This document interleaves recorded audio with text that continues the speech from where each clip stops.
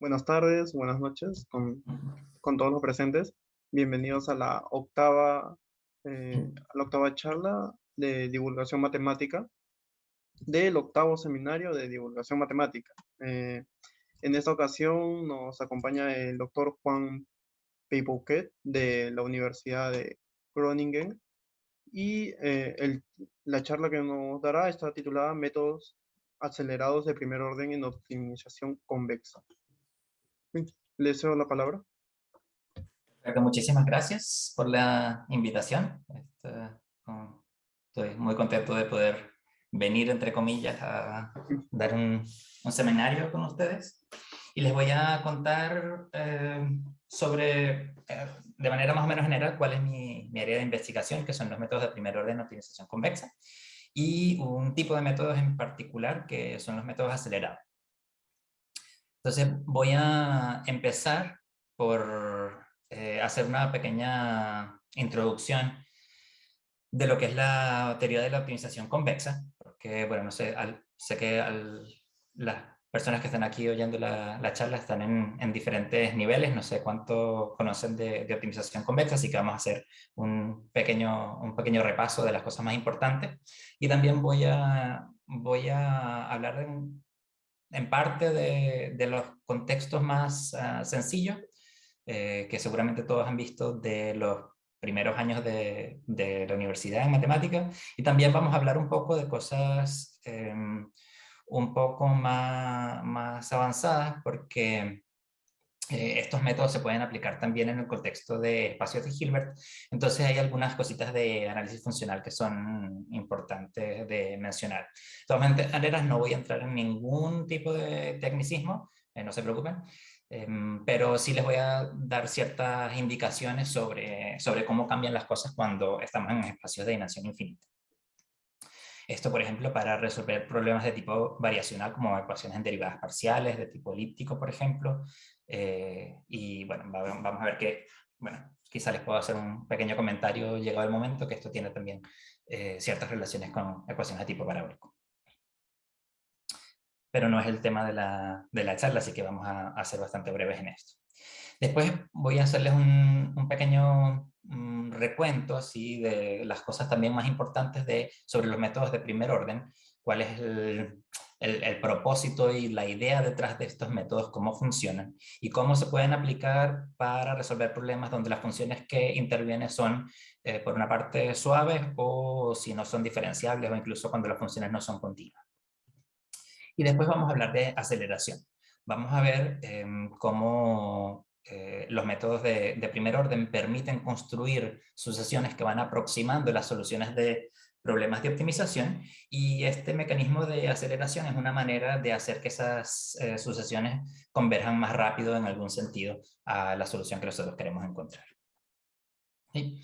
Entonces vamos a empezar con lo primero, que es una introducción a la optimización convexa. Entonces en todo lo que sigue, el H va a representar un espacio de Hilbert, pero pueden pensar que es Rn o R, si es que se sienten con más comodidad en ese contexto. No va a haber mucha diferencia. Entonces, quien quiera estar en espacio de Hilbert, nos quedamos en espacio de Hilbert. Si no, simplemente piensen que es Rn. Entonces tenemos una función que está definida en cierto dominio, que es un subconjunto del espacio, y toma valores en los números reales. Pero nos interesa resolver desde el punto de vista de aproximar numéricamente cuánto es el mínimo valor que la función f logra alcanzar en un conjunto que vamos a llamar conjunto factible, que es un subconjunto del dominio.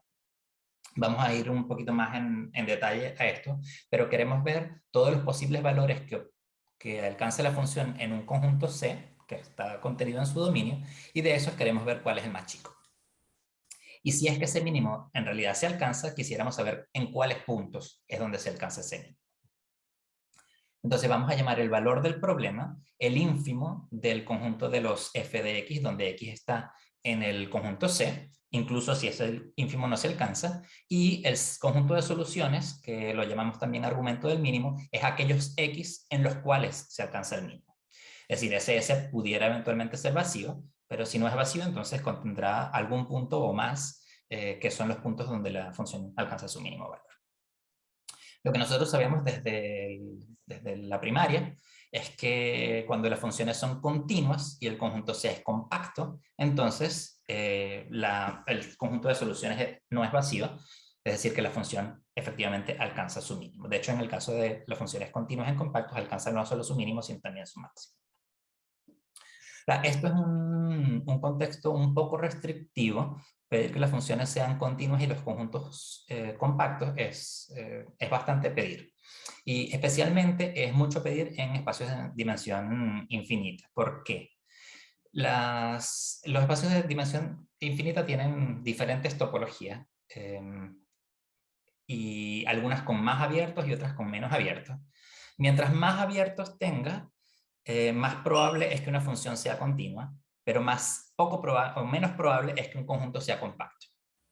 Y recíprocamente, mientras menos conjuntos abiertos tenga el conjunto, el espacio, más improbable va a ser que una función sea continua, aunque más probable va a ser que un conjunto sea compacto. Entonces aquí hay como una dualidad, una lucha entre la cantidad de abiertos que tiene que haber para que las funciones sean continuas y los conjuntos sean compactos. Entonces vamos a hacer les voy a contar un poquito qué es lo que pasa en espacio de dimensión infinita y bueno, vamos a ver qué cosas se necesitan para garantizar que la función tenga minimizador. Pero por el momento vamos a pensar un poquito en la caracterización de las soluciones. Vamos a decir que un conjunto es convexo si es que cada vez que yo escojo dos puntos del conjunto y trazo el segmento que los une, ese segmento se mantiene dentro del conjunto. Entonces ustedes ven que en el dibujo de la izquierda, si yo tomo cualquier par de puntos, en particular esos que están ahí señalados, el segmento que los une siempre va a estar metido dentro del conjunto. Mientras que en el dibujo de la derecha, bueno, hay algunos pares de puntos cuyo segmento que los conecta va a estar contenido dentro del conjunto, pero hay otros pares de puntos, como por ejemplo los que están marcados aquí, que si uno trata de unirlos por un segmento, el segmento necesariamente se va a salir del conjunto. Entonces, este de la izquierda es convexo, el de la derecha no es convexo. Y hay una manera de caracterizar las soluciones que ya muchos de ustedes conocen, por supuesto, que tiene que ver con la derivada de la función. Entonces vamos a llamar derivada direccional a este límite cuando exista.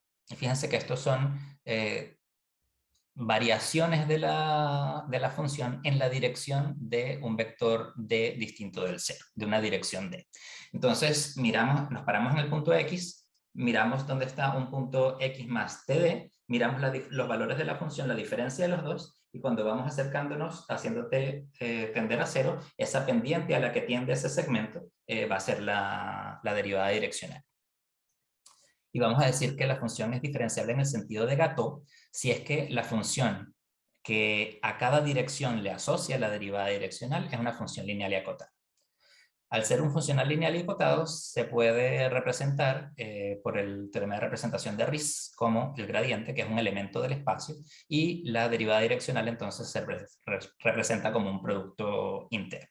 Eso simplemente en Rn es el gradiente y normalmente nosotros los vectores de posición los representamos como columnas y los vectores en el dual los representamos como filas y la multiplicación de los dos, multiplicación en el sentido de matrices, da justamente el producto interno que es el producto punto de Rn. Entonces, con esto nosotros podemos encontrar nuestro primer resultado de caracterización de los puntos, bueno, no exactamente de caracterización, pero una condición necesaria para la optimalidad, que es la que se conoce como la regla de Fermat, que dice que si X estrella es un punto tal que el valor de f en X estrella es menor o igual que todos los otros valores que toma la función f en el conjunto C, que suponemos convexo, y la función es derivable en ese punto, entonces tenemos esta desigualdad que se cumple para todos los puntos C del conjunto. Déjenme hacer un dibujo para que se entienda un poquito más claro de qué estamos hablando.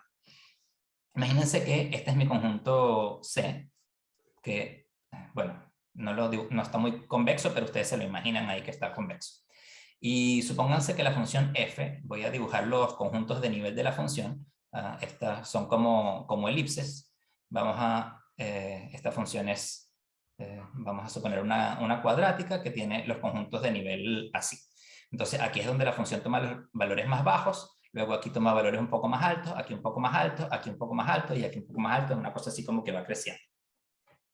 Entonces, si yo quiero mirar todo el valor más chico que alcanza la función en este conjunto blanco de acá, ese estaría en este punto de acá. Nosotros sabemos que voy a dibujar otro conjunto de nivel por aquí que pase justo por este puntito. El gradiente de la función en este punto apunta en la dirección de máximo crecimiento de la función. Este es el gradiente de f en el punto x estrella, que es este punto que está aquí. El gradiente apunta en la dirección de máximo crecimiento de la función y es perpendicular al espacio tangente del conjunto de nivel en ese punto. Es decir, aquí hay un ángulo de 90 grados del gradiente y el tangente de acá. Entonces, lo que dice el resultado que acabamos de ver es que si yo tomo cualquier otro punto C que esté dentro del conjunto C mayúscula acá, entonces el segmento, el vector que va desde el X estrella al punto C, este vector es C menos X estrella, eso forma un ángulo agudo con el gradiente de la función en el punto. Es decir, hacia las direcciones que están hacia adentro del conjunto C, la función solamente puede crecer, no va a decrecer, porque tiene producto punto positivo con el vector gradiente. Entonces todos estos forman ángulos de menos de 90 grados. ¿Okay? Para que la función pudiera tomar valores menores que este, entonces tendría que salirse para acá, tendría que ir hacia el exterior del conjunto. Entonces, podemos de hecho hacer una demostración de esto. Voy a hacer aquí, esto es, porque es bastante sencilla, voy a dibujar de nuevo el conjunto C. Vamos a suponer que la solución está acá, esto es X estrella, y esto es un punto C por acá, y el conjunto yo sé que es convexo, por lo tanto todos los puntos que están en este segmento, todos los puntos que están en el segmento que une este punto con este punto pertenecen al conjunto C. Entonces el valor de la función aquí va a ser menor o igual que el valor de la función acá, porque estimo que esto es una solución. Entonces el valor de la función en el punto X estrella es menor o igual que el valor de la función en cualquier punto de este segmento, porque estos puntos entonces están en el conjunto C. Un punto en este segmento yo lo puedo escribir como, a ver, me paro en el punto X, miro en la dirección del vector C menos X y camino un poquito T, donde T entonces es una cantidad entre 0 y 1. Entonces este valor va a ser más chico que este valor por la definición de ser el mínimo. Entonces yo puedo decir que f en X estrella más T veces C menos X menos f de X estrella va a ser mayor o igual que 0, y si lo divido por una cosa positiva, también va a ser mayor o igual que 0. Entonces, si calculo el límite, cuando t tiende a 0 por la derecha, entonces voy a tener que la derivada direccional en el punto X estrella en la dirección C menos X estrella tiene que ser mayor o igual que 0, y eso, por definición, es el gradiente de f en X estrella aplicado al punto C menos X estrella. Y por eso tenemos entonces esta propiedad de ángulo agudo entre el vector gradiente y las direcciones que van hacia adentro del conjunto. Fíjense que si este punto X fuese un punto interior, entonces yo tengo para para algún epsilon chiquitito, yo puedo mirar en una dirección y en la dirección opuesta, y me voy a mantener dentro del conjunto, por lo tanto esto va a tener que ser a la vez mayor o igual que 0 y menor o igual que 0, y eso me dice que tiene que ser igual a 0. Y les dejo, ustedes llenan los detalles de esto, pero es muy sencillo, pero me dice entonces que cuando X estrella está en el interior, el gradiente tiene que ser 0, que probablemente esa es la forma como ustedes lo hayan estudiado en los cursos de primero y segundo año en la universidad. Bueno, ¿qué pasa cuando la función no es diferencial? Nosotros podemos decir algo sobre la existencia de mínimo y cómo se caracteriza, y la respuesta es que se pueden decir bastantes cosas. Entonces aquí nos vamos a interesar en funciones que toman valores en lo que se llaman los reales extendidos, que es los números reales agregándole el más infinito. Creo que puedo quitar esto. No.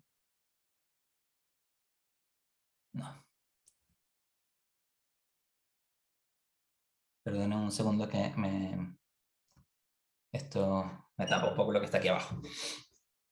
Entonces, vamos a llamar dominio de f al conjunto de los puntos donde la función vale, toma un valor finito. Y un ejemplo de funciones que toman los valores, que pueden tomar el valor más infinito es lo que se conoce como la función indicatriz de un conjunto, que no es la función que vale 1 y 0 como en teoría de la medida, sino es que una función que vale 0 cuando x está en el conjunto y más infinito cuando x no está en el conjunto. ¿Por qué es interesante esta función? Porque cuando nosotros queremos calcular el mínimo valor que una función toma en un conjunto C, esto es lo mismo que tratar de minimizar sobre todo el espacio, que podría ser Rn o R o todo, la función f más la indicatriz de ese conjunto. Porque obviamente en los puntos donde esto valga más infinito, la suma de una cosa finita más infinito va a ser infinita, y nosotros no vamos a andar buscando los mínimos en puntos donde la función vale más infinito.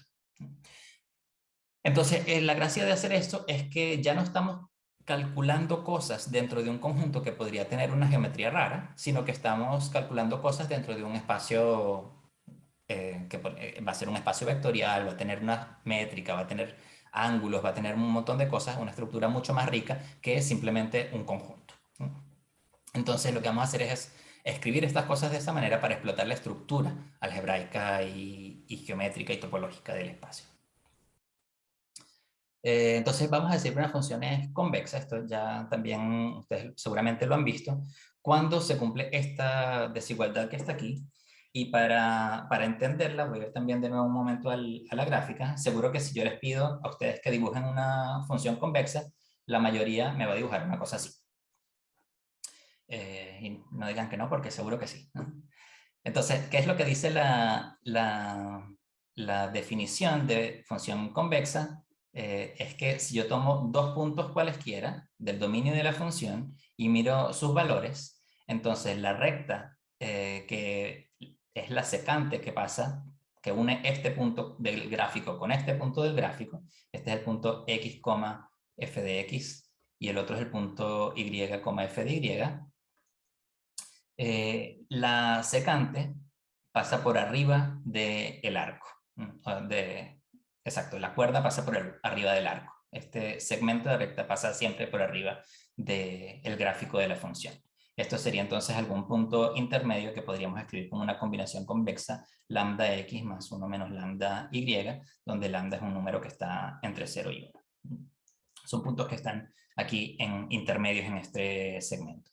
Y este punto de aquí es esta especie de promedio entre estos puntos junto con los valores tanto en la ordenada como en la abscisa.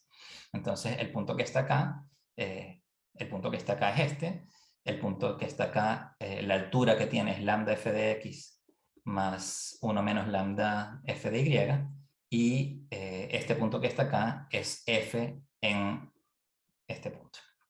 Lo que dice entonces la desigualdad es que este valor está siempre por debajo de este valor. Por lo tanto, la curva de la función es siempre una cosa así, de manera que el segmento de recta que une cualquier par de puntos del gráfico siempre va a estar contenido en la parte de arriba del gráfico.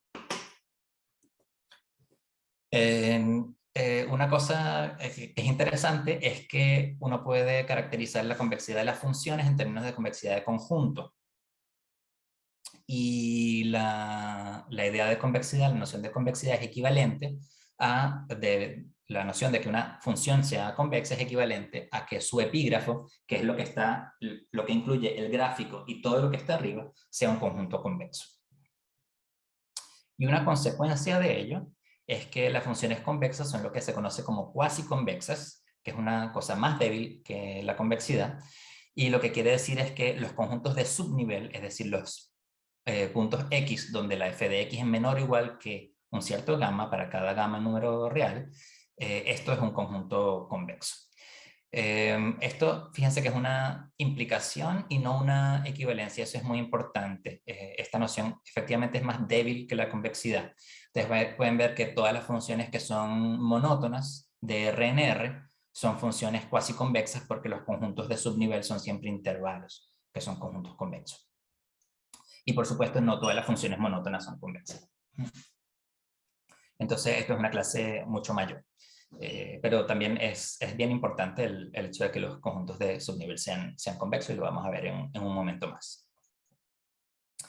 Y otra noción importante sobre las funciones es lo que se conoce como la cerradura. Vamos a decir que una función es cerrada cuando su epígrafo es un conjunto cerrado. Recuerden que el epígrafo es todo lo que está del gráfico hacia arriba. En particular, las funciones continuas son cerradas y la función indicatriz de un conjunto es una función cerrada si es que el conjunto C en cuestión es un conjunto cerrado.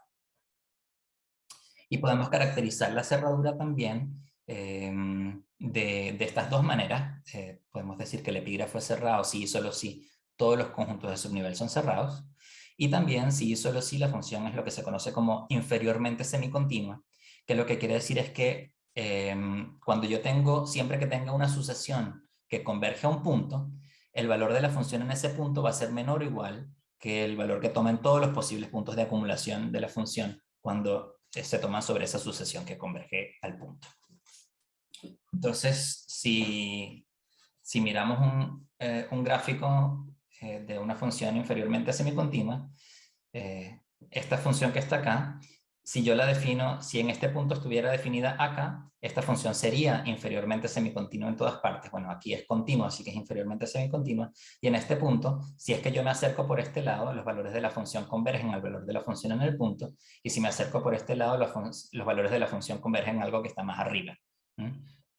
Entonces, en este caso, la función es inferiormente semicontinua. Si yo no tuviera la función definida aquí, sino definida acá, por ejemplo, entonces esta función no sería inferiormente semicontinua porque el valor de la función en este punto es más alto que alguno de los puntos de acumulación de los valores de la función cuando yo me acerco a ese punto. Eso va a ser importante entonces porque estamos pensando en buscar mínimos. Lo que vamos a tratar es que si nosotros estamos tratando de aproximar el mínimo y tenemos una sucesión de valores de la función que aproximan el ínfimo, entonces si es que esa sucesión fuese convergente, nosotros quisiésemos que el límite fuera una solución del problema, fuera un mínimo. Entonces, si tenemos una desigualdad de este tipo, si estos valores convergen al ínfimo y los xk convergen a algún punto cualquiera, automáticamente vamos a poder decir que ese punto es una solución del problema, es un mínimo de la función. Entonces, esta noción es muy importante. Y también, ya que esto es para los que conozcan un poquito más de análisis funcional, uno puede probar que cuando una función es cerrada y cuasi convexa, eso significa que los conjuntos de subnivel son cerrados porque la función es cerrada y convexos porque la función es cuasi convexa. Entonces, por el teorema de Hahn-Banach, los conjuntos de subnivel son también débilmente cerrados y obtenemos la idea de semicontinuidad inferior débil, que nos dice que si una sucesión converge débilmente a un X, entonces el valor de f en X tiene que ser menor o igual que el más pequeño de los puntos de acumulación de los valores de la f cuando me acerco a ese punto. Y bueno, y finalmente la función es coerciva cuando tiende a infinito cuando la x en norma tiende a infinito. Y bueno, esto quiere decir también que los conjuntos de subnivel son acotados. Pero todo esto para llegar al gran teorema de existencia de minimizadores, que es el teorema de Weierstrass, Hilbert y Tonelli, que nos dice que si una función es cerrada, cuasi convexa y coerciva, entonces el conjunto de minimizadores es distinto del vacío.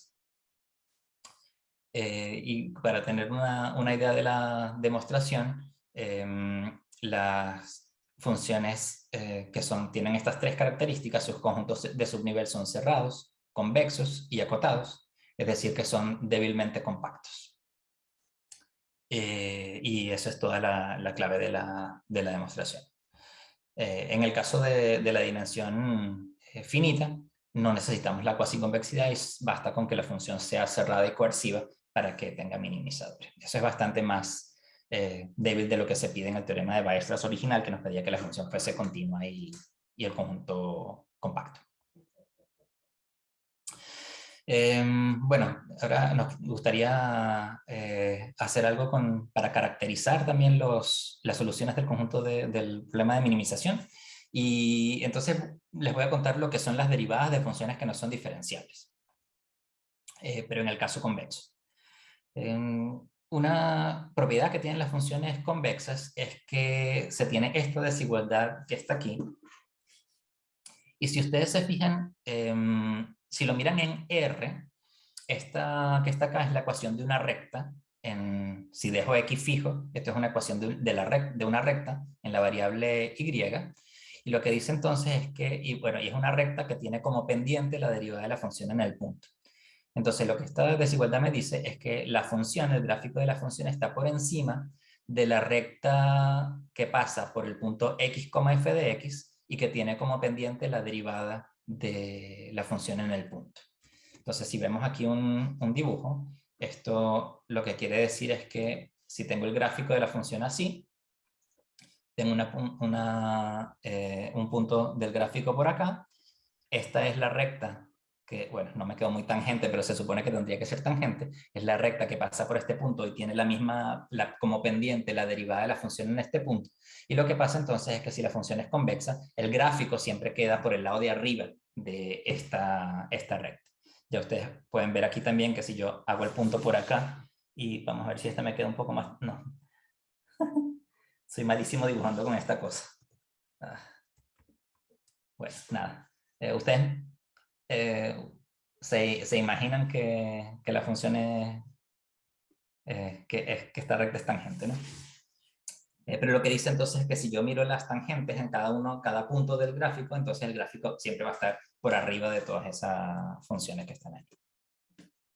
Y eso nos dice entonces, nos lleva a definir lo que es un subgradiente. Y un subgradiente entonces es un vector tal que si yo lo coloco aquí, me genera un hiperplano. Piénsenlo en una recta, si es para fijar las ideas en R, me genera una recta que pasa por debajo del gráfico. Y esto en cada punto. O sea, cuando la función es diferenciable, hay solamente una pendiente de una recta que puede pasar por el punto y pasar siempre por debajo del gráfico, y esa es justamente la derivada o el gradiente. Pero cuando la función no es diferenciable, puede pasar que haya muchas otras pendientes de rectas que pasen por el punto y se mantengan por debajo del gráfico de la función. Les doy un ejemplo. Un ejemplo de eso es la función valor absoluto. La función valor absoluto no es diferenciable en cero. Aquí voy a dibujar el eje. Aquí está el cero. Perdón, aquí está el cero. Si yo tengo un x por aquí, hay solamente una recta que puede pasar por este punto y mantener el gráfico siempre para arriba, que es la recta que tiene pendiente 1. Si el x está por acá, entonces tengo este punto del gráfico y hay solamente una recta que puede pasar por ese punto y mantenerse siempre por debajo del gráfico, que es la que tiene pendiente -1.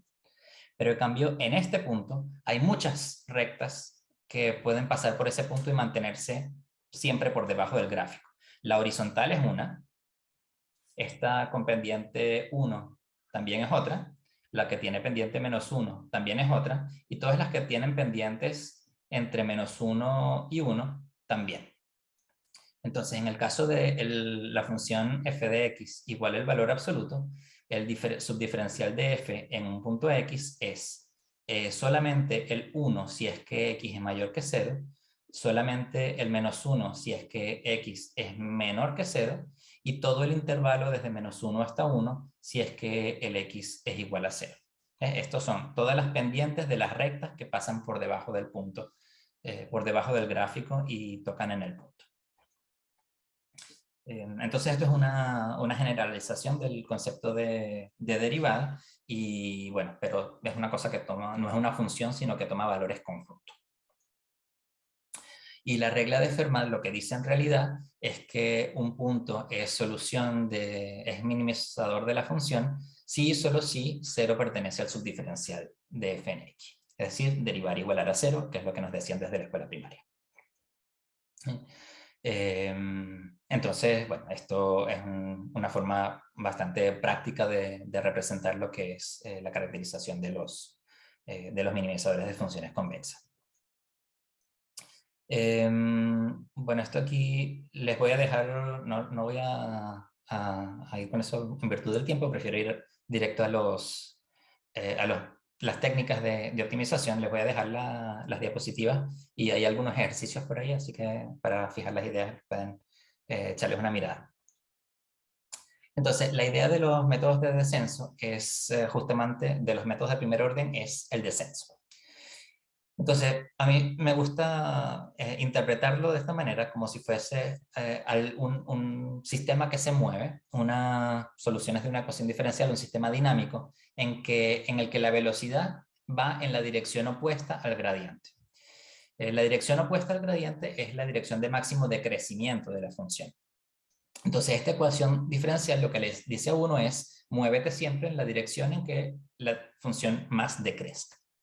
Y con eso uno podría esperar llegar hacia el conjunto de los minimizadores, si es que todo va bien. Y efectivamente, si uno sigue en esa dirección, la función es convexa, llega al conjunto de los minimizadores.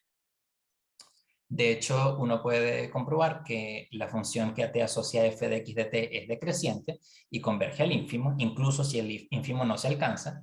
Y si es que el ínfimo se alcanza, entonces la trayectoria x de t converge a un punto en el conjunto de los mínimos, y además uno puede estimar la velocidad a la que se da esa convergencia, en el sentido de que el error que uno comete al aproximar una solución por el punto x de t parándose en el tiempo t es menor o igual que la distancia del punto inicial al conjunto de soluciones al cuadrado dividido por 2t.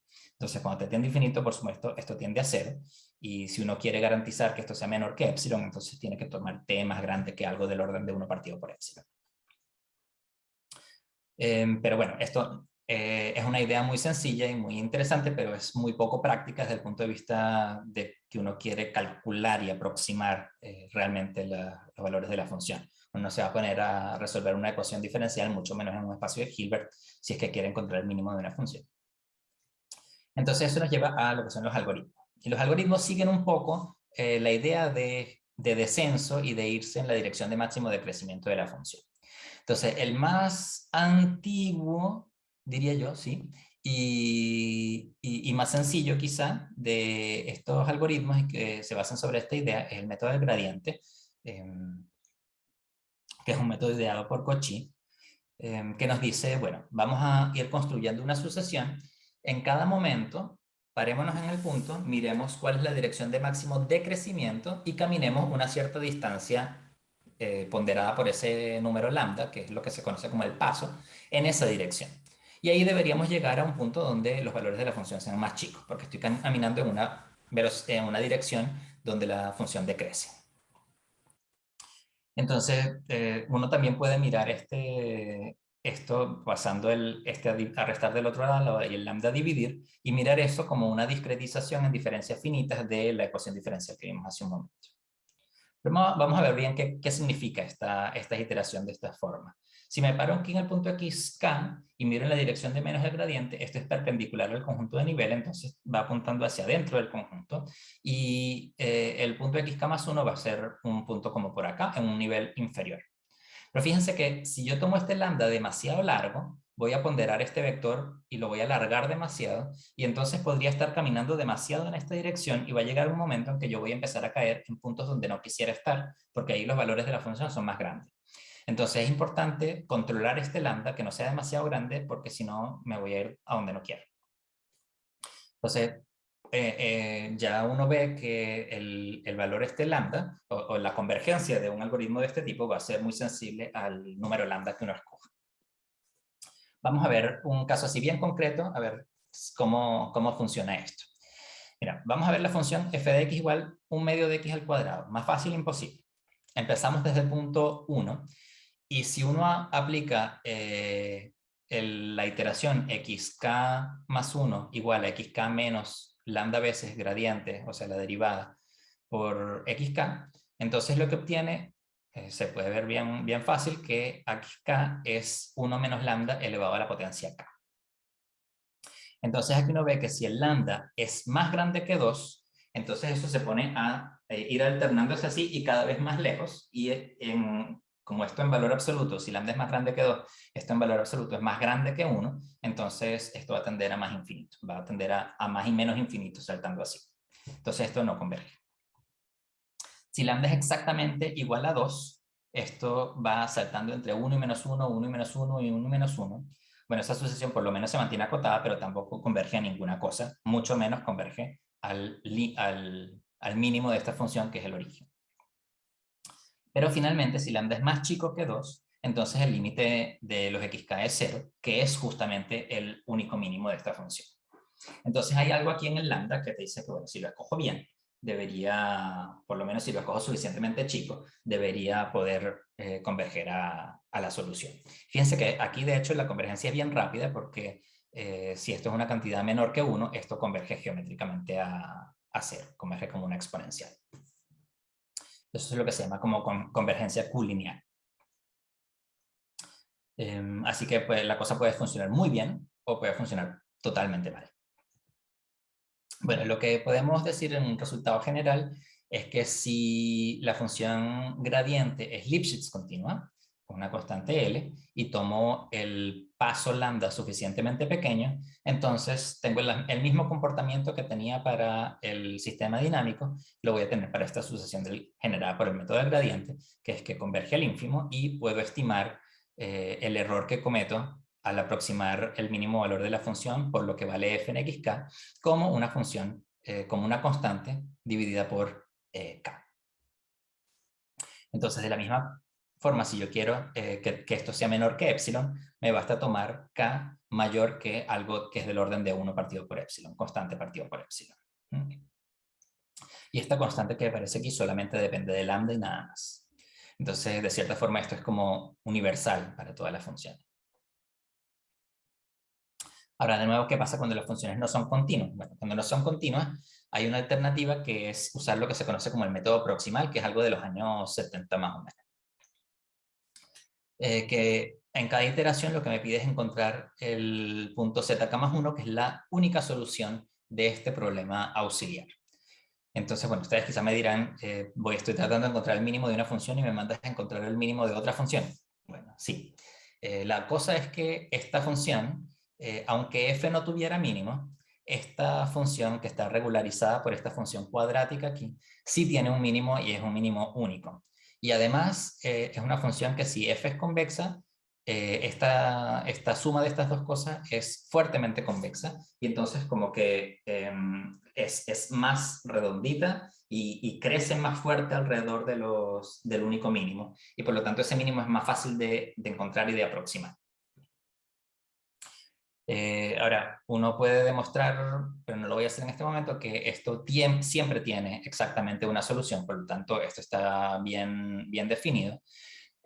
Fíjense que aquí no aparece la derivada, así que no es necesario que la función sea diferenciable, ni siquiera hace falta que la función sea continua, porque ya vimos que para que esto tenga solución basta que lo de adentro sea inferiormente semicontinuo o cerrado y coercivo, así que esto ya está listo, tenemos inferior que semicontinuo, convexo, y esto hace que sea coercivo también, así que está listo.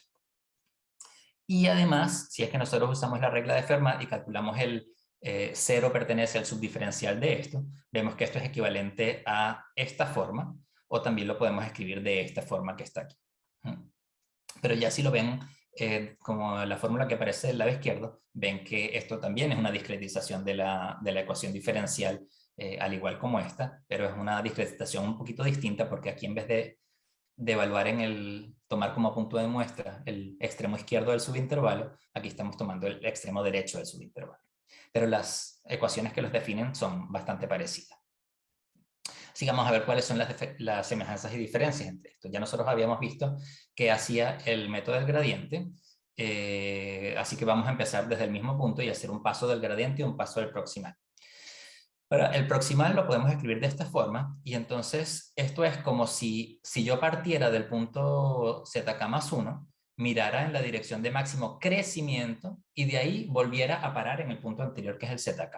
Entonces aquí la ortogonalidad, la perpendicularidad se da como en el futuro, en el punto k más 1, en el punto de orden de índice k más 1, y tenemos entonces esta perpendicularidad aquí.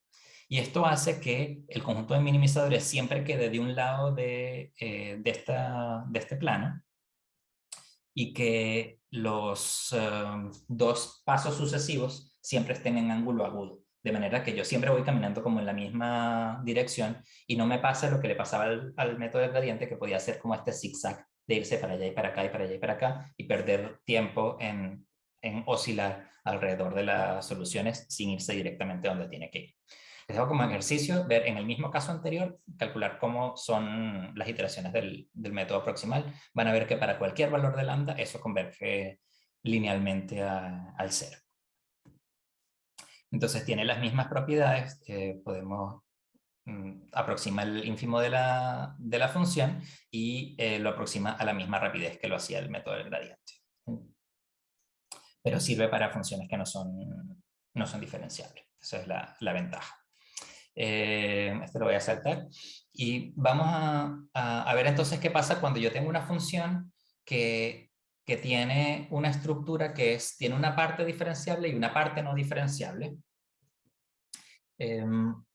Porque el método del gradiente funciona muy bien y es fácil de implementar cuando yo tengo una función que es diferenciable.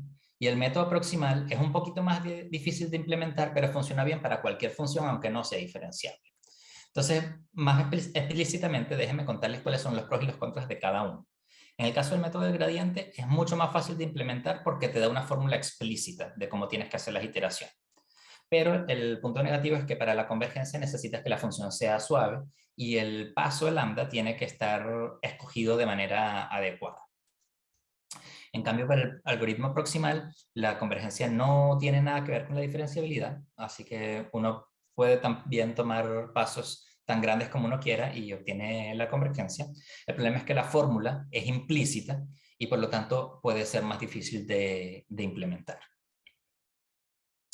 Pero uno puede, aunque la fórmula en general del punto proximal es implícita, hay casos en que se puede calcular. Por ejemplo, si yo calculo si la función f es la función indicatriz, entonces el proximal es la proyección sobre el conjunto.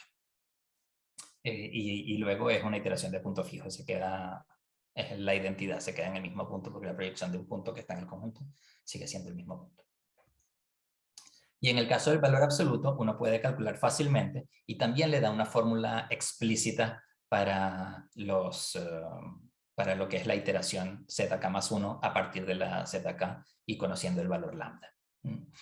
Entonces, y este es un caso súper importante, voy a volver sobre ese dentro de un momento, porque esta es una función que interviene, bueno, una variación de esta función interviene mucho en análisis de datos, imágenes, señales, cosas en estadística.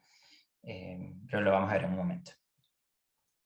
Entonces, la idea es que si yo quiero minimizar una función que tiene una parte suave y una parte que no es suave, yo quisiera tratar de aplicar como el buen algoritmo para cada una de las partes y hacerlo de manera desacoplada. Usar un algoritmo para una y usar uno para otro y luego mezclar el resultado de alguna forma. Entonces, por ejemplo, en el problema con restricciones, yo lo puedo escribir de esta forma, donde tengo una función que es diferenciable y una función que no es diferenciable y que de hecho ni siquiera es continua.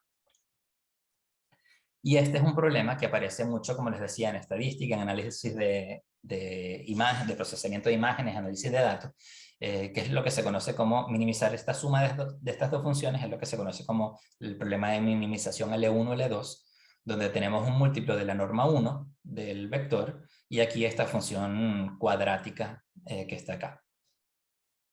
Entonces esta es una función que es diferenciable, tiene gradiente Lipsch, entonces toda buenísima, y esta es una función que es continua, es convexa, pero no es diferenciable. Y de hecho no es diferenciable en ciertas partes del gráfico que son así como ángulos, como lo es el valor absoluto, pero es como el gráfico de la función es una cosa como así con cosas planas. Y justamente los mínimos de esta función tienden a estar en esos puntos donde la función no es diferenciable. Entonces es muy importante tener para esto un método que sirva para funciones no diferenciables. Entonces la idea es aplicar lo que se conoce como el algoritmo gradiente proximal, que consiste en aplicar una iteración de tipo gradiente y una iteración de tipo proximal para llegar al punto xk más 1. Así que bueno, casos particulares son el método del gradiente puro y el proximal puro, y cuando estamos en el problema de optimización con restricciones tenemos el método que se conoce como el método del gradiente proyectado, que aplica el x menos lambda gradiente de g en xk y luego proyecta sobre el conjunto C. Esto es lo que se conoce como el método del gradiente proyectado. Y tenemos entonces el mismo resultado de convergencia, donde tenemos la propiedad de minimización con una cosa del orden de 1 partido por k, y luego la convergencia débil a un punto ds. Les dejo como ejercicio aplicar ver cómo se escribe este algoritmo para el problema de minimización L1 L2, y esto es lo que se conoce como el algoritmo ISTA, y es una cosa que es bien conocida y usada en estadística y en procesamiento de imagen. Yo creo que estoy un poquito tarde con el tiempo, pero si me dan unos 5 minutitos más, aunque empezamos un poquito tarde, pero igual está... Creo que me voy a robar un par de minutos si me lo permiten. Les voy a contar sobre la idea de la aceleración, que es una idea que a mí me parece muy sencilla y por lo tanto muy inteligente. Es un procedimiento súper intuitivo que tiene unas consecuencias notables. Entonces, normalmente uno cuando usa un algoritmo pasa del punto xk-1 al punto xk, luego aplica el algoritmo de nuevo y llega al punto xk más 1 y así sucesivamente. Pero la idea de la aceleración es la siguiente. Nosotros en algún momento decidimos que íbamos a ir desde el punto xk-1 al punto xk, y eso nos pareció una cosa lógica de hacer. Entonces, si esa nos pareció una buena dirección para movernos, vamos a movernos un poquito más en esa dirección y aplicar el algoritmo en ese punto extrapolado en esa dirección. Entonces, este punto es solamente un punto auxiliar y el punto xk más 1 es el que obtenemos al aplicar de nuevo nuestro algoritmo. Entonces nosotros tenemos ahora un xk y un xk más 1 y de alguna manera, aunque pasamos por un punto intermedio, nos movimos de aquí para acá. Así que podemos prolongar todavía este vector, llegar un poquito más allá al y, este punto auxiliar, y aplicar de nuevo entonces nuestro algoritmo aquí. Y esto resulta que, bueno, obviamente el dibujo lo hice yo para hacerles creer lo que quiera, pero aquí pareciera verse que el algoritmo va acercándose más rápido al conjunto de soluciones. Entonces, esto es un proceso como con esta extrapolación. Lo que está escrito de esta manera, pues me paro en el punto xk y camino en la dirección que ya caminé desde el vector xk menos 1 a xk y continúo un poquito más en esa dirección. Así que esto es un alfa k positivo. Y luego a partir de este punto intermedio voy a aplicar el método gradiente proximal para llegar al punto xk más 1. Eso es exactamente lo que describí en el dibujo anterior. Entonces los resultados que son clásicos, este es para el caso diferenciable y Vectable para el caso gradiente proximal. Fíjense que esto que tiene recién un poquito más de 10 años. Resulta que la estimación para la velocidad de convergencia es muchísimo menor. La otra era del orden de 1 partido por k y esta es del orden del 1 partido por k cuadrado. Entonces esta diferencia tiende a 0 mucho más rápido de lo que tendía si es que yo no hiciera este paso de extrapolación. Y esto se logra haciendo alfa k con, bueno, unas fracciones con este alfa que es mayor o igual que 3. Eso es por razones técnicas. Y esto, fíjense que esta fracción k sobre k más alfa es una fracción que tiende a 1. Así que este vector, la distancia entre ik y xk, tiende a ser casi la misma que entre xk y xk menos 1. Así que si ven esta distancia, lo voy a escribir mejor así, esta distancia es casi la misma que esta. Esta es un poquito más cortita que esta, pero casi la misma. Y eso es lo que da la mejor velocidad de convergencia. Bueno, uno puede, este no, pues lo voy a pasar, pero una cosa interesante es que uno puede probar que la situación es todavía mejor de lo que uno se imaginaba. Y eso se hace si es que nosotros, en lugar de tomar el alfa mayor o igual que 3, lo tomamos estrictamente más grande que 3. Ahí podemos decir dos cosas. Podemos garantizar que la sucesión XK converge, una cosa que no sabíamos para la sucesión con el alfa mayor o igual que 3, con los resultados clásicos de Nesterov y de Becky-Tebul. Pero además podemos saber que esta diferencia, el error que cometo en los valores de la función para al tomar xk en lugar de una solución, no solo que es del orden grande del 1 partido por k cuadrado, sino que tiende a cero estrictamente más rápido que 1 sobre k cuadrado. Es decir, si yo esta cantidad la multiplico por k cuadrado, todavía el producto tiende a cero. Entonces esto es un resultado que parece bastante inocente, pero tiene consecuencias bien importantes y con esto voy a terminar. Y es que en el 83 también Nesterov había demostrado que la potencia 2 es lo mejor que uno puede aspirar. Es decir, que uno no puede esperar tener un método de primer orden que tenga una convergencia que sea más rápida que algo del orden de 1 sobre k cuadrado. Porque él encontró que, dado Rn, existe una función phi tal que se cumple esta desigualdad para todo k hasta la mitad de la dimensión del espacio, esencialmente. Entonces, si tengo que esto es mayor o igual que algo dividido por k cuadrado, entonces, si es que yo quisiera tener algo que fuera del orden de 1 partido por k a la una potencia más grande, no voy a poder porque tengo esta cota que está aquí. Entonces, lo que dice el resultado de arriba como corolario es que una cota de este estilo siempre va a ser, cualquier cota que exista de este estilo, siempre va a ser solamente sobre un número finito de k y nunca va a poder ser una fórmula, una cota global para todos los k. Porque en el largo plazo, cuando k tiende a infinito, esto tiene que ser estrictamente más chico que esto que está acá. Porque esto tiende a ser estrictamente más rápido que cualquier cosa como lo que está a la derecha. No es mucho más rápido, pero es estrictamente más rápido. Entonces no puede existir una cota global que me estime por debajo los errores que cometo en las aproximaciones del mínimo de phi. O por lo menos no puede ser de grado 2, que es lo que se toma como, o sea, que es lo que es la velocidad óptima de convergencia. Bueno, con esto voy a terminar. Creo que me extendí un poquito, lo siento, pero con mucho gusto responderé las preguntas si es que tienen alguna. Bien, bien, gracias, muchas gracias. Justamente, si alguien tiene alguna pregunta, la puede realizar.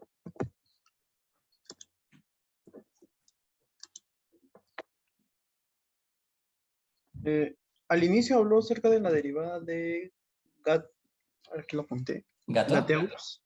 Ujú. Y no sé, ¿eso se relaciona también con la derivada de Frechet? Sí, la derivada de Gato es más débil que la derivada de Frechet en el sentido de que una función puede ser derivable en el sentido de Gato y no ser derivable en el sentido de Frechet. De hecho, cuando una función es derivable en el sentido de Frechet en un punto, ella necesariamente tiene que ser continua. Y derivable en el sentido de Gato. Pero una función que es derivable en el sentido de Gato en un punto puede ni siquiera ser continua. Mm, ya, bueno, me imagino que es casi con ejemplos parecidos a RN. Hay un ejemplo en R2 que es más o menos sencillo. Déjame dibujártelo. Déjame borrar aquí esto. El ejemplo en R2 es una función que vale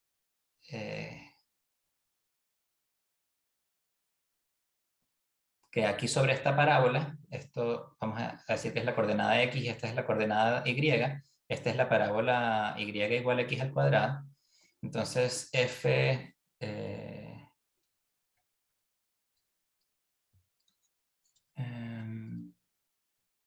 sí. F de x, y es igual a... espérate que no estoy muy seguro si este es el ejemplo bueno. Creo que estoy casi seguro de que sí. Vale 1 si estás en la parábola y 0 si no estás en la parábola. Aquí la derivada direccional de en 0, en todas las direcciones, es 0. Ujú, Pero la función no es continua. Aquí vale... claro. sí, Entonces, o creo que... Mentira. Vale 1, pero x distinto de 0. O x igual 0. mm, sí, sí, Entonces hay ejemplos de funciones que son así que bueno, claro. pero son funciones muy patológicas. Obviamente una función convexa nunca va a tener una forma así tan rara. Bien. Eh, ¿Alguien tiene alguna otra pregunta? Sí, yo. Hola, Romel. Adelante. Hola, Buenas tardes, profesor Pepuquet. ¿qué ¿Lo tal? conoce bien? Buenas. Eh, al inicio, estaba trabajando en espacios de Hilbert y, bueno, no sé, siempre se me hace un poquito difícil imaginar, o sea, como, no sé si llamarlo directamente aplicaciones, pero, o sea, ¿en qué situaciones necesitamos infinitas dimensiones y tratar de optimizar cosas ahí? Mira, por ejemplo, si tú tienes la función f de x igual a un medio de la integral de la norma, vamos a llamarla mejor, vamos a llamarla u, del gradiente de u al cuadrado. Déjame, perdóname. Te voy a borrar aquí. De u de x al cuadrado de x menos la integral de h de x, u de x, de x, sobre para u en h01 de un dominio omega. Entonces, decir que 0 está en el subdiferencial de f en u es lo mismo que decir que el laplaciano de u es igual a h, con u igual, u igual, u de x igual 0 en la frontera de omega. Esto es la condición de h01. Entonces esto te resuelve la ecuación de encontrar el mínimo de esta función es lo mismo que resolver la ecuación de Poisson con condición de frontera de Dirichlet. Ya, ya. Sí, sí, ahora, claro, claro. Encontrar una función que cumple eso. Sí, y esto, bueno, este es como un problema bastante canónico, pero también hay problemas de control óptimo que se escriben de esa forma. Por ejemplo,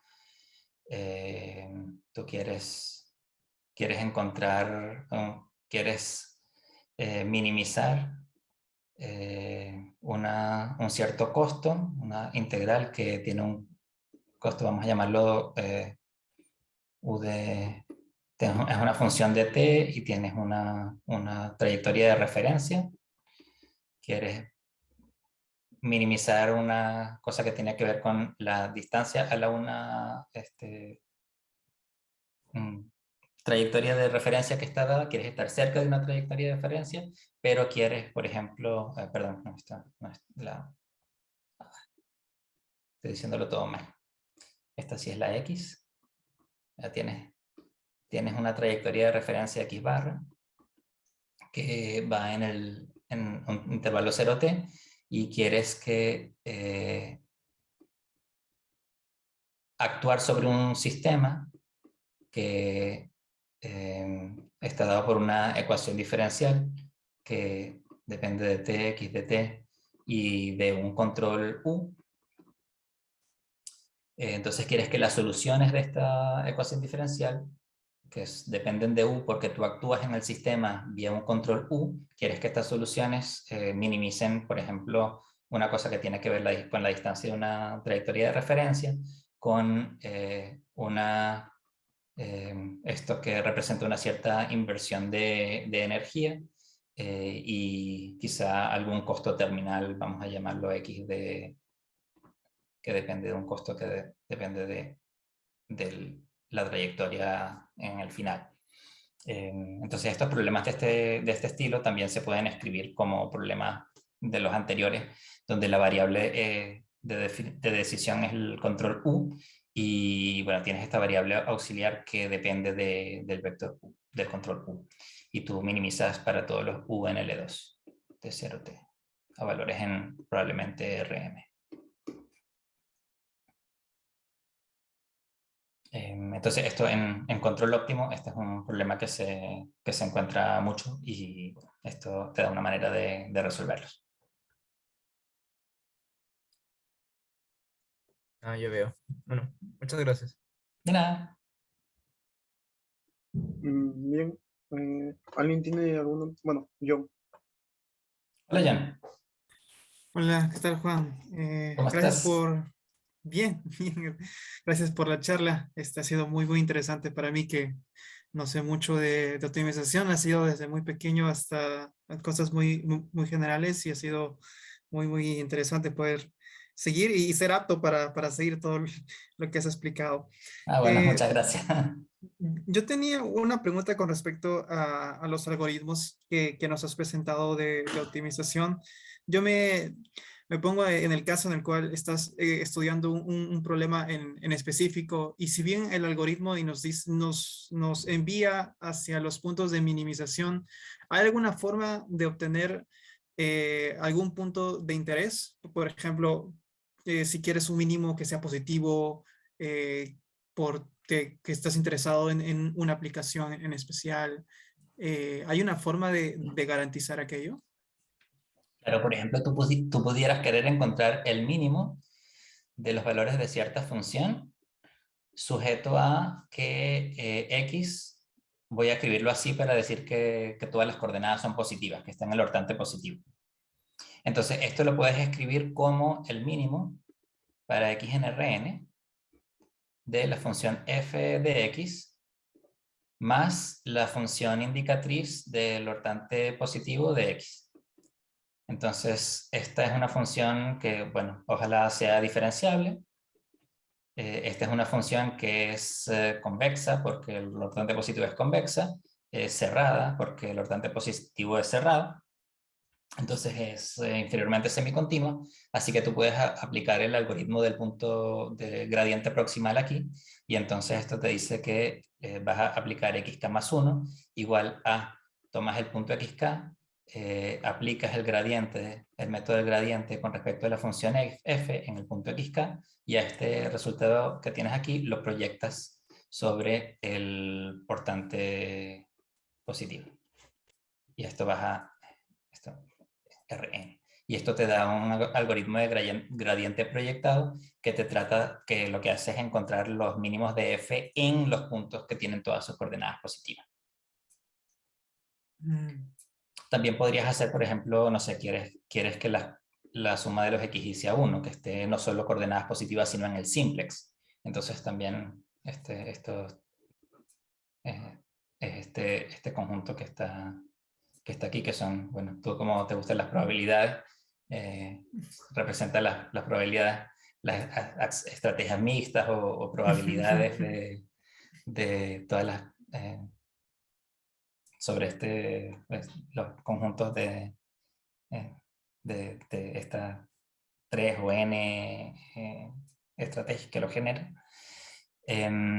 Entonces aquí también puedes proyectar sobre el simplex o puedes hacer una proyección alternada sobre estos dos conjuntos, de manera que proyectes sobre el plano, que es más fácil, y sobre el hortante, que también es fácil, y esas cosas son más fáciles ambas que proyectar sobre el simplex directamente. Entonces también hay algoritmos que te permiten hacer cosas de este estilo.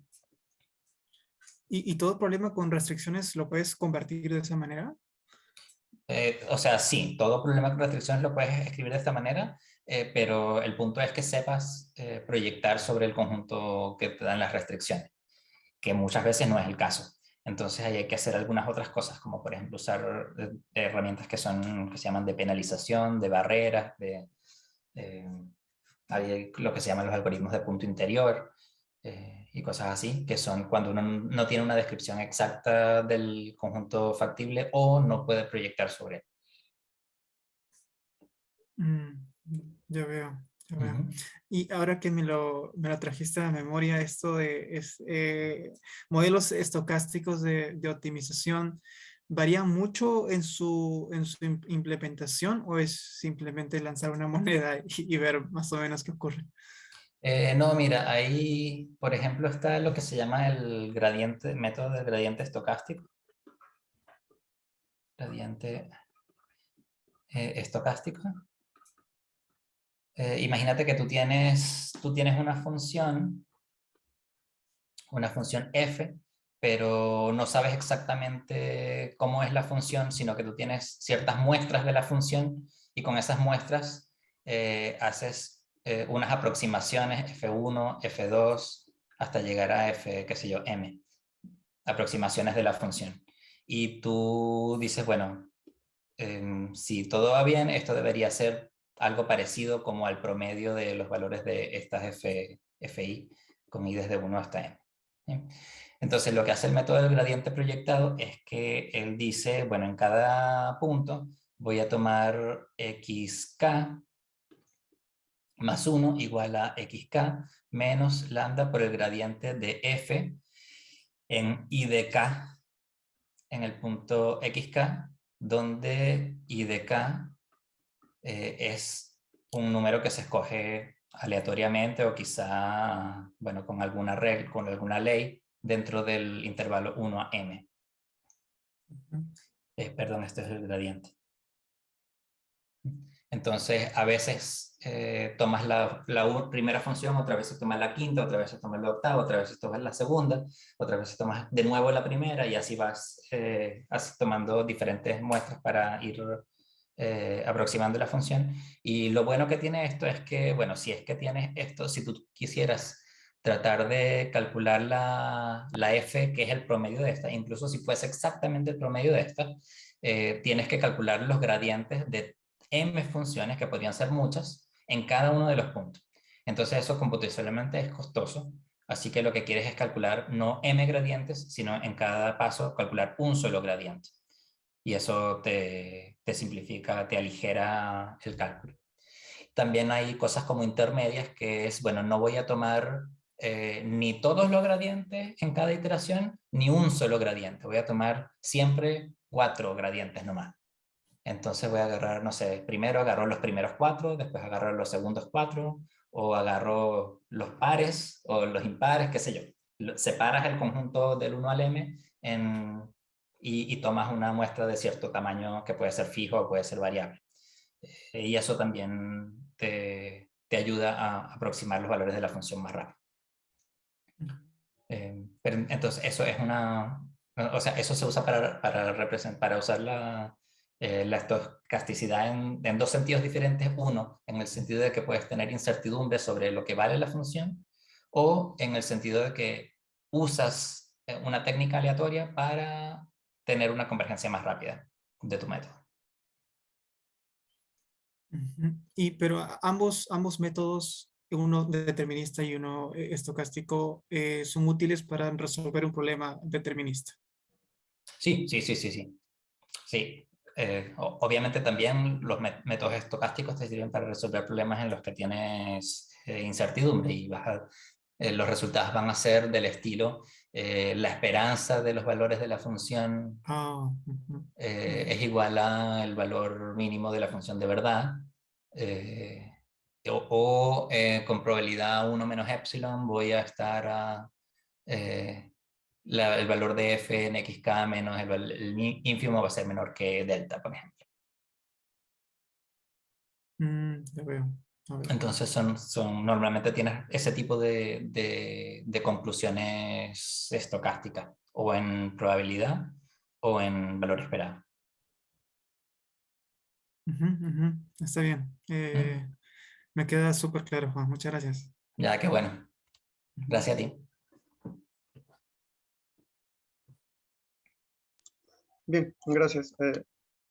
¿Alguien tiene alguna otra pregunta?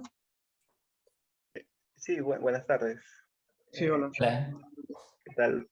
¿Podría colocar el último algoritmo que puso, por favor? No. En la parte de un alfa K.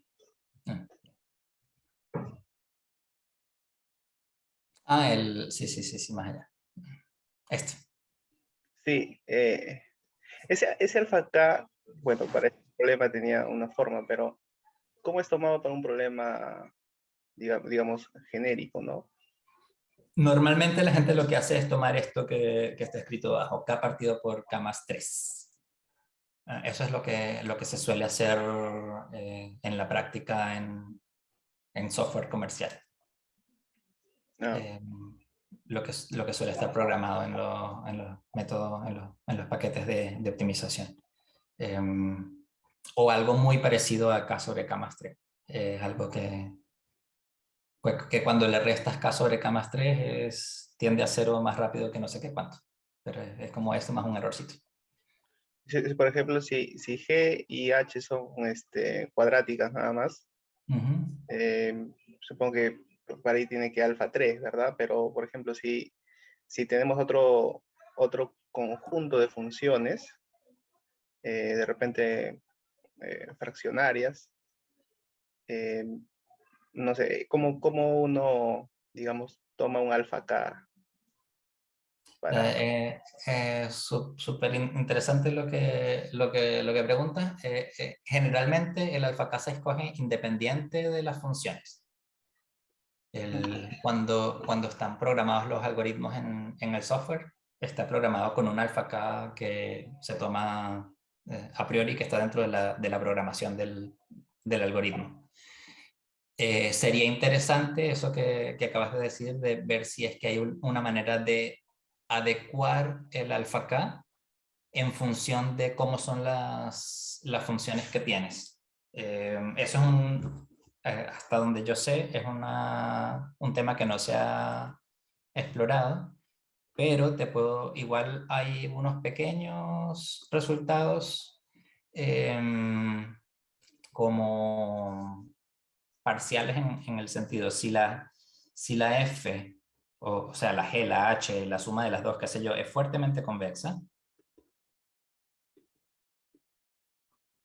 entonces la F de xk menos el mínimo, perdón, el mínimo de F es menor o igual que una constante dividida por t a la 2 alfa tercios.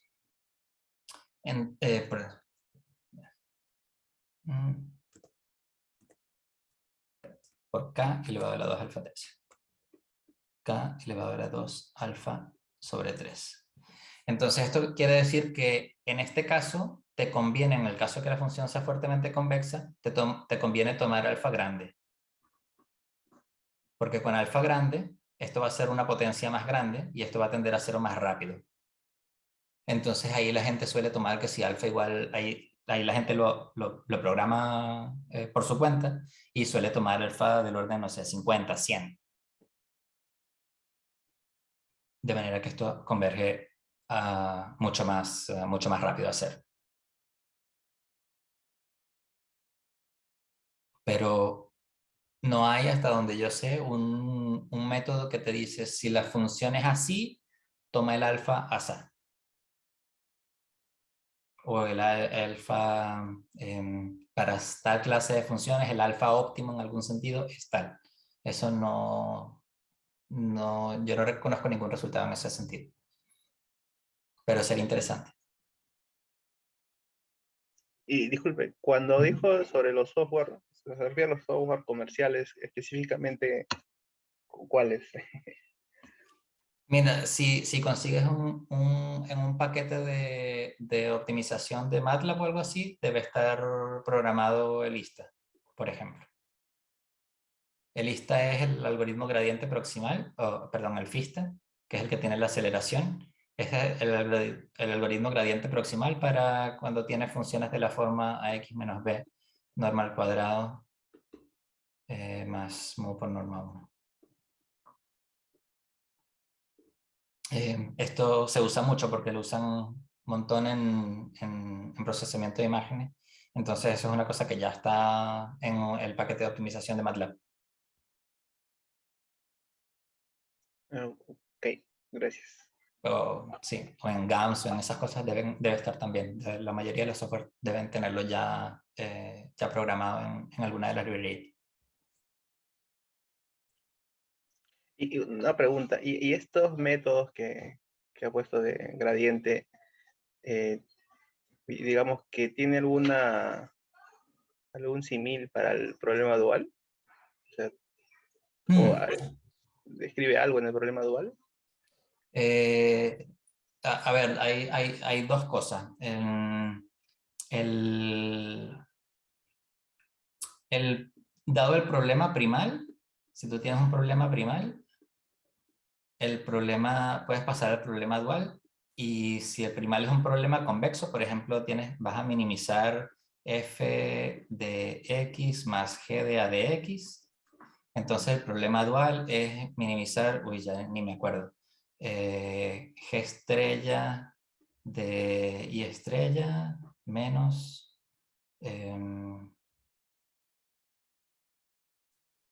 ¿cómo es la cosa? A estrella compuesto con F estrella de y estrella. ¿Algo así? No, nada que ver.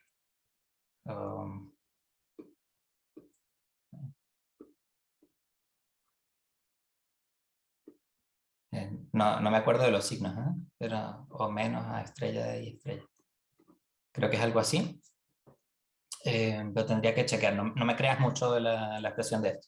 Pero la cosa es que, bueno, si f y g son funciones convexas inferiormente semicontinuas, entonces este es debe ser más. Las conjugadas de Fenchel son también convexas inferiormente semicontinuas, entonces tienes un problema parecido a este. Y si la función es diferenciable, si una es diferenciable, la otra es estrictamente convexa. Si una es exacto, diferenciable y estrictamente convexa son nociones duales, y fuertemente convexa con estrictamente diferenciable y cosas de ese estilo. Entonces tienes relaciones entre estas dos. Y a veces lo que pasa es que tienes unas funciones que aplicar el algoritmo de esta forma es difícil porque tienes esta composición con un operador, y cuando pasas al dual la composición está con el operador en la otra función. Y entonces a veces pasa que este es muy difícil de aplicar el algoritmo, pero en este es más fácil de aplicar.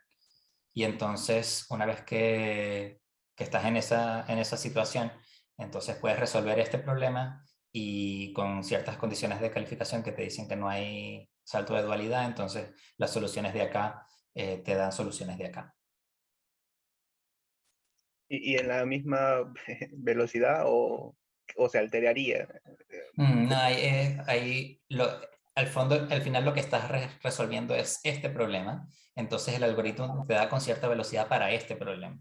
Ahora, cuando pasas al otro, en realidad lo que haces, lo que normalmente se hace es que resuelves te da una cosa que tú aceptas que es una solución, o que es una solución aproximada, y después vas a ver al otro problema, que es lo que te da eso en las variables originales y con las funciones originales. Pero yo creo que seguramente hay también lo que se llaman resultados de sensibilidad, que te dicen que si estoy cerca de la solución aquí, entonces estoy cerca de la solución acá. Cosas con continuidad de la función valor.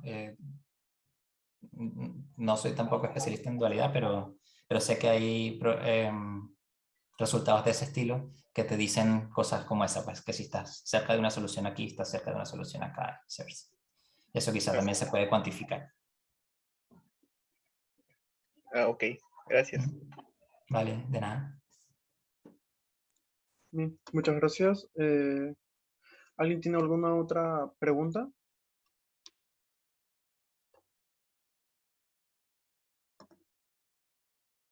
Bien, al parecer no hay más preguntas. Muchas gracias por aceptar la invitación. Vale, Es muchas una gracias a charla muy ustedes interesante. por invitarme. Ha sido una charla muy interesante. Vale, gracias. Perdonen que me alargué un poquito, estuvo un poco más larga de lo que yo No, esperaba, pero en realidad es un aproximado siempre el tiempo que se da, sí. pero se pueden alargar siempre un poco más. Vale, Bien, bien, muchas gracias. Entonces aquí estaríamos terminando esta charla. perfecto. Muchas gracias. Nos vemos entonces. Que les vaya muy bien.